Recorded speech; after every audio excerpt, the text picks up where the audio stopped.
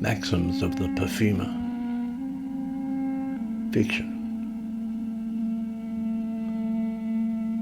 Sometimes the perfumer would put on his gloves and say to a client, "The purest perfumes are poisons."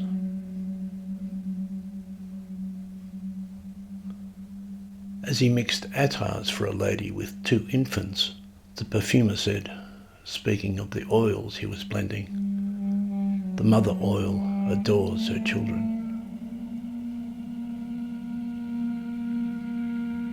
The perfumer said, "Fragrances are not concerned with thoughts or fancies, they are concerned with mood." The perfumer said, "Words and fragrances parted company long ago."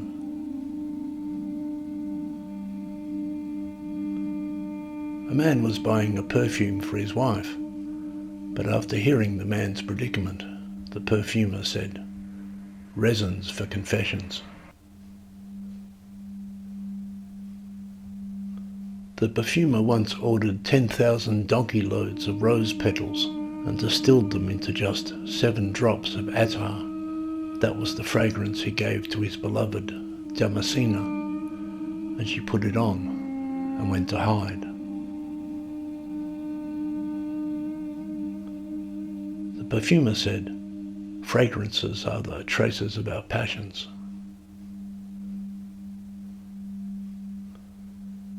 To a young lady on her wedding night, the perfumer said, "Anything but lavender." The perfumer said, "The skin is not silent." The perfumer said, "A good perfume will overcome all hesitations." The perfumer said, "A perfume is a presence." The perfumer, said the perfumer, is best friend to the tanner and to the working girl. The perfumer said, "A fragrance must linger for a lifetime. A man will buy a fragrance for his wife. Years later she dies. In his later years, when he remembers her, he can still smell her fragrance. When he blends attars into a fragrance, the perfumer knows this." The perfumer was once heard to say, "A fragrance never finishes its job." The perfumer disapproved of loud clothing that drowned out the symphonies of his creations. Where could she be hiding, beloved Damascena? There were times when the perfumer caught just a faint whiff of her scent. A man complained that his mistress was shunning him. The perfumer told him, "Musk never says no." When speaking of synthetic perfumes, the perfumer said, "The woman who wears no perfume has a great future." The perfumer sold a man a perfume but warned him, "This is the perfume Pandora put on before she opened the box." The perfumer said that soap had ruined romance. The perfumer loved flowers that bloom in the night. When the perfumer saw women in the bazaar, he would identify their notes. Oud, he'd say, dark and tenacious. "Have you noticed," asked the perfumer, "how language struggles to describe fragrances?" He defied anyone to describe to him what attar of roses smells like. The perfumer said, "Warm fragrances for cold-hearted women." The perfumer said, "The olfactory nerve is God's most insidious creation." perfumer was always searching for his beloved Damascena. He was always trying to sense her fragrance on the wind. The perfumer created a fragrance exclusively for widows, made from an essence of tuberose, extracted from garlands stolen from the nuptial chambers of newlyweds. The perfumer told his customers his rose water was distilled from petals collected by 1,000 naked virgins on the first day of May, and sold it to them for 6 dinars a bottle. The perfumer told the woman, seduction starts in the marrow. The perfumer overheard a man saying how his daughter had gone mad with wandering womb. The perfumer told him, vetiver soothes the moon. The perfumer's instructions were always, activate the oils on the 7 pulses. The perfumer allowed a woman to smell one of his special blends one time, and she immediately fell into a swoon. The perfumer put the cork back into the bottle and said, pleased, never fails.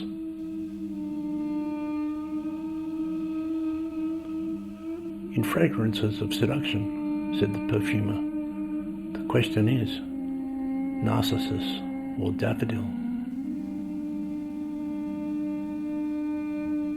The perfumer would point to a big jar of his finest clove oil and say, oil of clove can burn down a house. The perfumer said, skin is an organ of intelligence. The perfumer told the client one time, if the authorities knew what really goes into my perfumes, they'd hang me by the neck. The perfumer would also say, the foundation of all perfumery is in the embalming of the dead. The perfumer was heard to say, sometimes we reach the very edge of a memory, but remembrance fails us. That is when sandalwood sanctifies on 7 levels. The greatest challenge in perfumery, the perfumer said, was to create a perfume that smelled like love, the perfume that smells like love itself. The recipe had been known once, but had been lost. All we know, said the perfumer, is that the base note is Italian leather. The perfumer said that perfumery was an alchemy for nostrils, and called all the other alchemists smelly.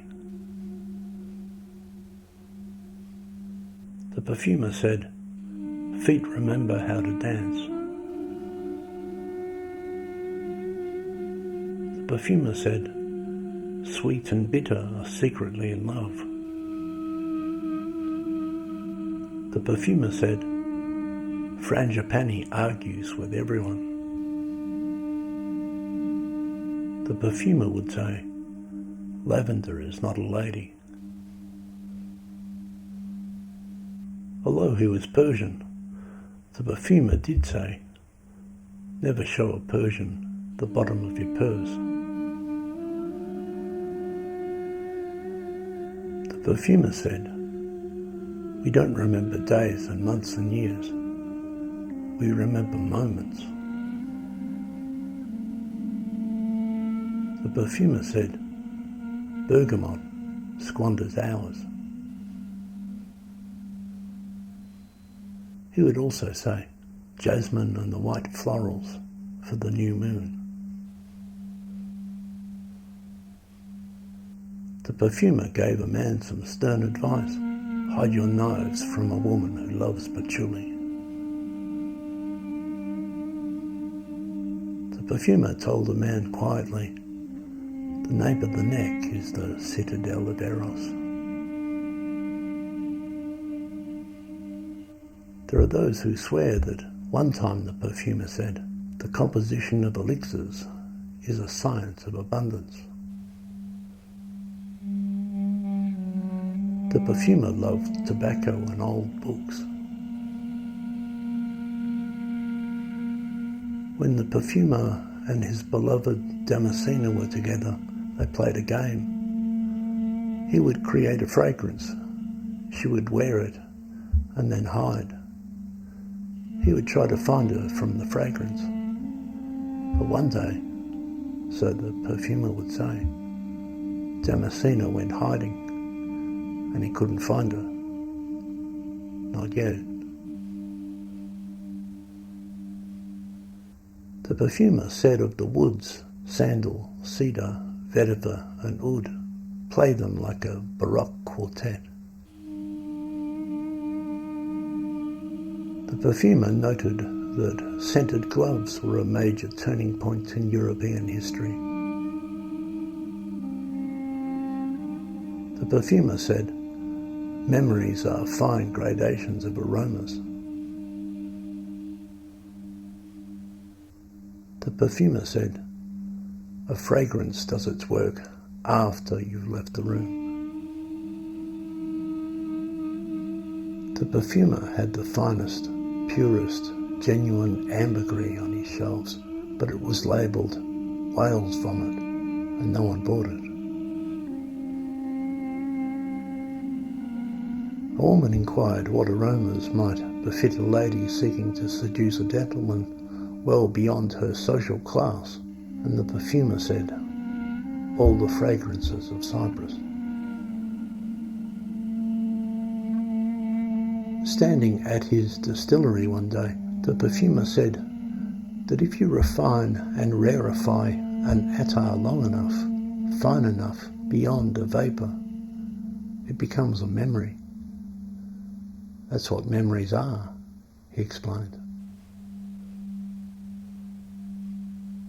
The perfumer never told fortunes, but he did give advice in love. His usual advice was, don't. But since he knew that no one would listen to that, he would say useful things like, don't get married if you're scared of your own shadow. The perfumer said, we forget reality, thank God. The perfumer said, beware the black orchid of the matchmakers. The perfumer asked, what animal of the mountains lurks in the oil of Atlas cedar?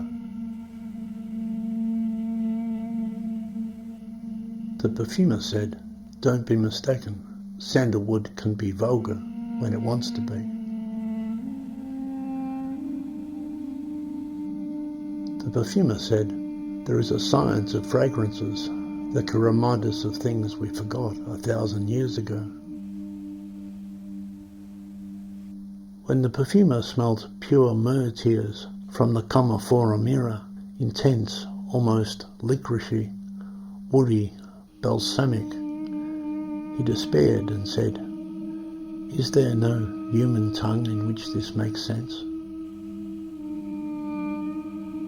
One day the perfumer's nemesis, Ferdowsi, sold him some cut-rate patchouli. What's this? Said the perfumer. This isn't the patchouli the wives of high-caste Brahmins use to indicate they're ready for love, and he demanded his money back. The perfumer said, time goes one way, fragrances and memories go another. The perfumer said, the clearest memories are of things that never happened. The perfumer said, there are plants that imitate animals.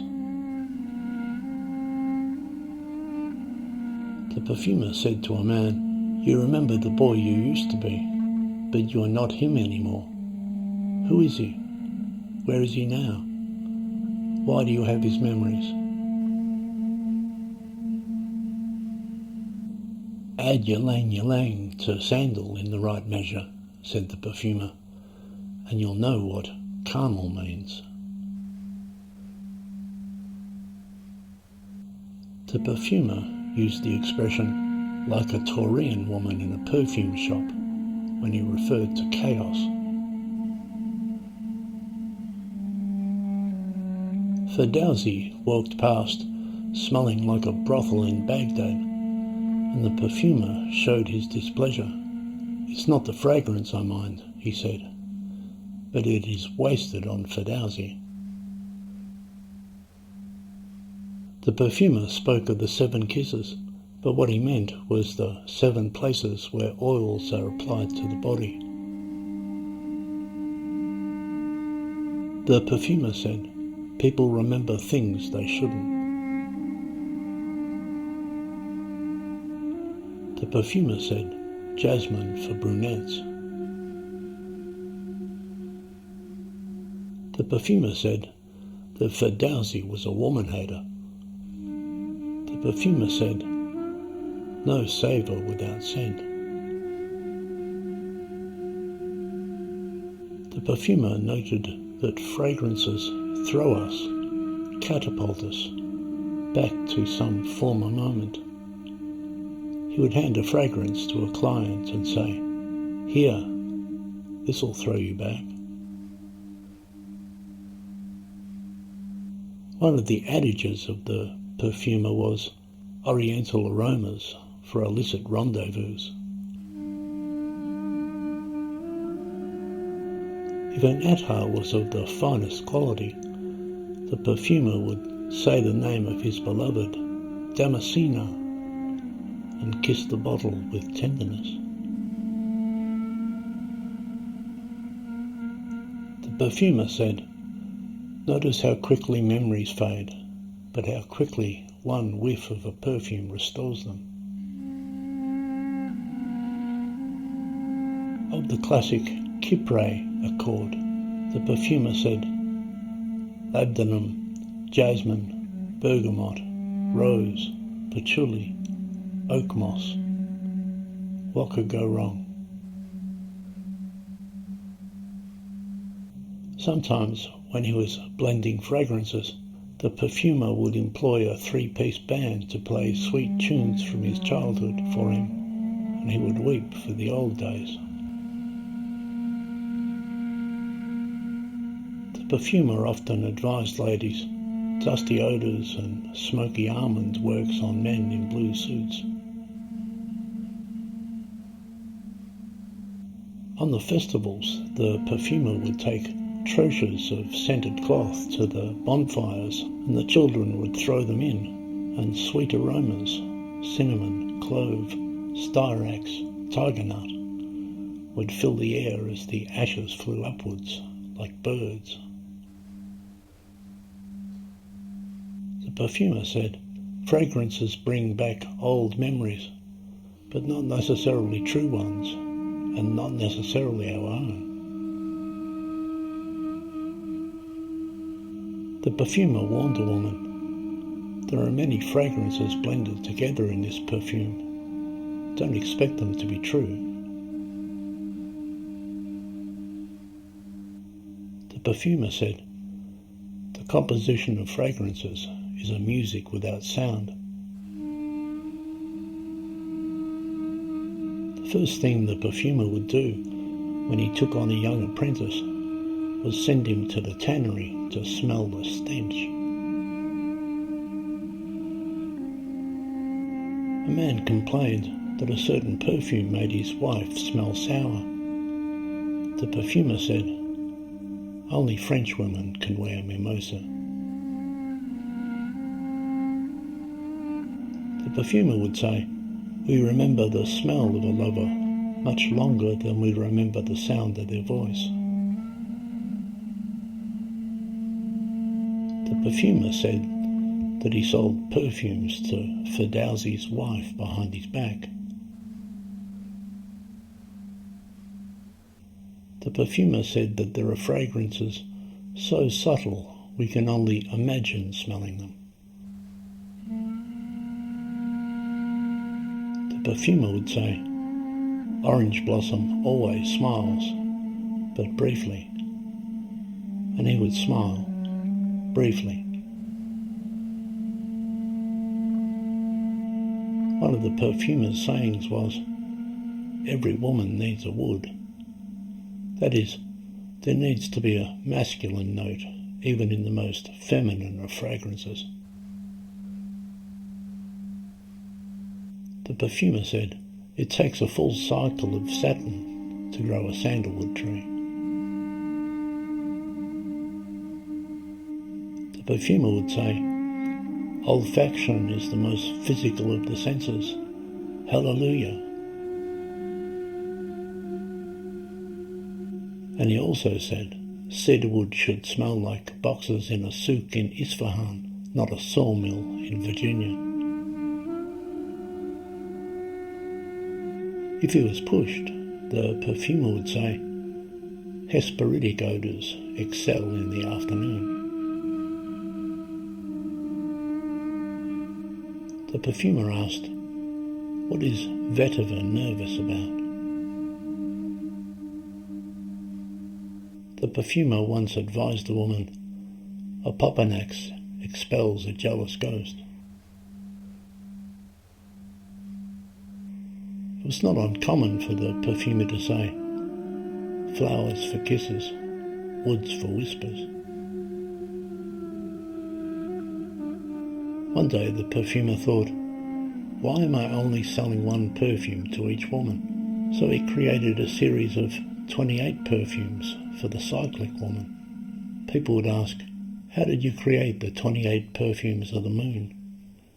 And he would say, it was a marketing ploy.